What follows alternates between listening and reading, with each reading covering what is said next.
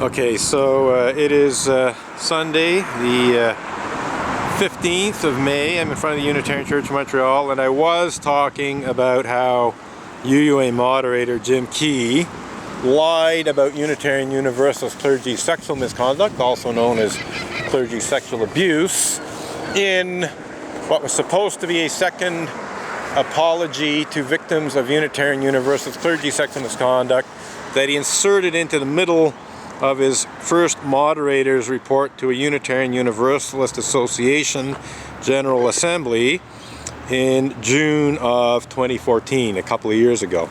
I spoke about how he had lied about just the overall extent of it. You know, he said only a small number of ministers were guilty of clergy sexual misconduct, when in fact, as I mentioned earlier, at least 400 Unitarian Universalist congregations have been affected by clergy sexual misconduct of one kind or another. And there's only 1,000 or so congregations, so that's around 40%. 40%, rock bottom minimum, of Unitarian Universalist congregations have been affected by clergy sexual misconduct of one kind or another. Now, some of that might be fairly low-end stuff, like ministers making inappropriate sexualized comments to congregants, but it goes right up to such despicable crimes as pedophilia and rape, to borrow a choice phrase of the Unitarian Universalist Association's Stikeman Elliott litigation lawyer, Maitre Marc-Andre Coulombe. So there's a range of clergy sexual misconduct, ranging from what could be termed sexual harassment right up to pedophilia and rape, and God knows what else. And then God does indeed know what else. You know, God's fully informed of Unitarian Universalist clergy sexual misconduct, no matter how much they try to hide it. They can't hide it from God. But anyway, getting back to Jim, good old atheist Unitarian Universalist Jim, who doesn't believe in God, doesn't believe God's aware of the bullshit and lies he spouts. Jim went on to say the following words: "There were no incidents of abuse of children or elders in my investigations." One more time. There were no incidents of abuse of children or elders in my investigations. So what was he saying there? He was saying that he personally investigated Unitarian Universalist clergy sexual misconduct, and that in his investigations he found no evidence of any sexual abuse of children or elders in those investigations. Bonjour.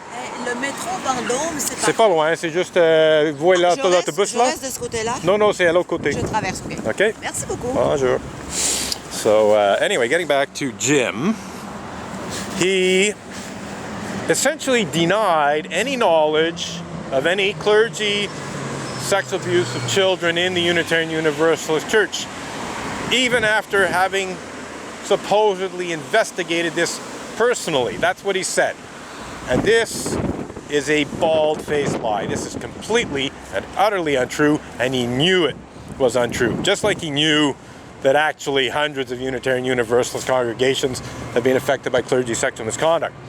But for him to brazenly lie about clergy sexual abuse of children in what's supposed to be an apology to all clergy sexual misconduct victims is just outrageous.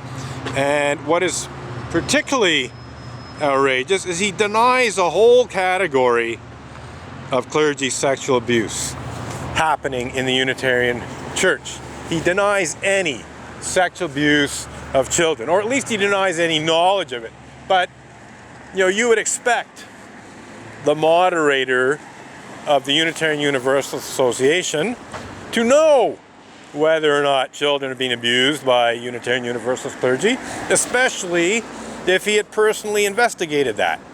You know, if he had personally investigated clergy sexual misconduct, you'd expect him to know that, you know, there had in fact been clergy sexual abuse of children, because it's almost inconceivable that any religious community of any size could get through, you know, 50 years worth of existence and have zero clergy sexual abuse of children. This just statistically makes no sense at all.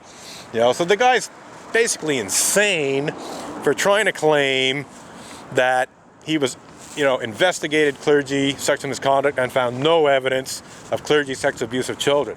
But the fact of the matter is, I personally told Jim about cases of pedophilia and even rape of children in my efforts to get him to hold the Reverend Dr. Peter Morales UUA administration accountable for its misuse of blasphemy law to cover up pedophilia and rape. I told Jim that a certain number of Unitarian Universalist ministers, to say nothing of Unitarian Universalist religious educators, also known as Sunday school teachers, had been charged, tried, and convicted of sexual abuse of children, indeed rape of children. And I cannot believe that I'm the only person who told Jim that. I cannot believe that none of the other people who he spoke with in his so-called investigations did not tell him and inform him that a certain number of Unitarian Universalist ministers are in fact guilty of clergy sexual abuse of children. And in fact, some of them even went to jail for it. I mean, let's face it, not every Unitarian Universalist minister who's guilty of sexual abuse of children is charged, tried, and convicted of such sexual abuse. A fair number of them basically never see a court of law. The church, if they'll go to that extent to lie about it even after the fact, even after people have been convicted, you can be damn sure they go to considerable lengths to hide it when it comes to their awareness, before anyone's even gone to court or anything. So it's all about covering up and hiding, and it's just beyond belief, to borrow a phrase from UUA President Reverend Dr. Peter Morales, that no children have been abused by Unitarian Universalist clergy, and that Jim Key, in his capacity as the moderator of the Unitarian Universalist Association, after having investigated clergy sexual misconduct personally, was unaware of Unitarian Universalist clergy sexual abuse of children. No, he just outright lied. I personally told him of several cases, as I said, where people have actually been convicted and gone to jail.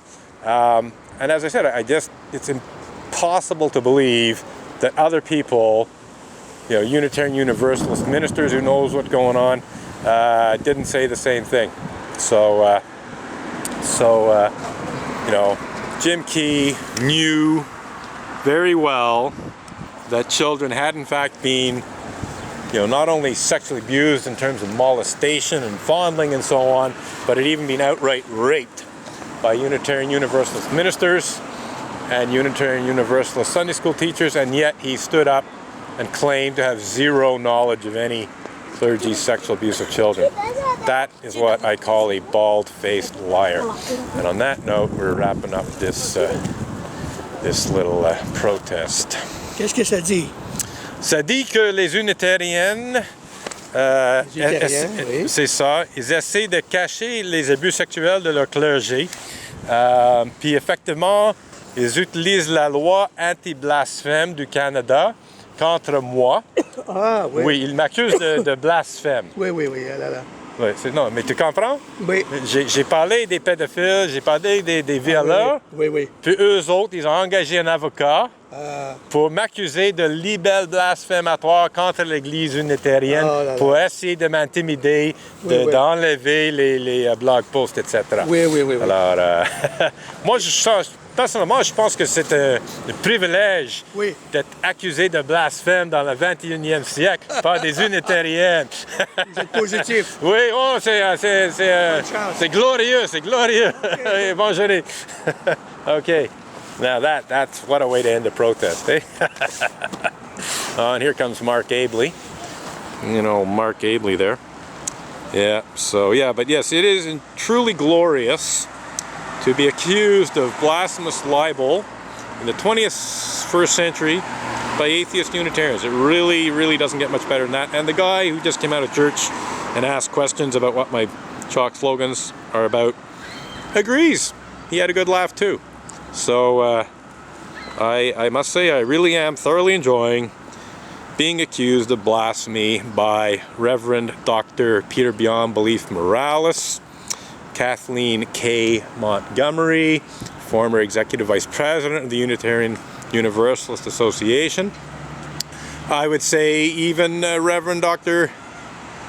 Victoria Weinstein is involved in that blasphemous libel accusation, but she's apparently not an atheist. She claims to be a Christian Unitarian Universalist, but nonetheless, you know, 2 out of 3 ain't bad, as they say, and I'm sure many of the other Unitarian Universalists who had to be involved in the Unitarian Universalist false blasphemous libel accusation against me are also atheists. So anyway, there's at least two very, very high level Unitarian Universalists who are atheists, who are highly responsible for the Unitarian Universalist Association hiring Stikeman Elliott Barristers and Solicitors litigation lawyer Maitre Marc-Andre Coulombe to accuse me of blasphemous libel.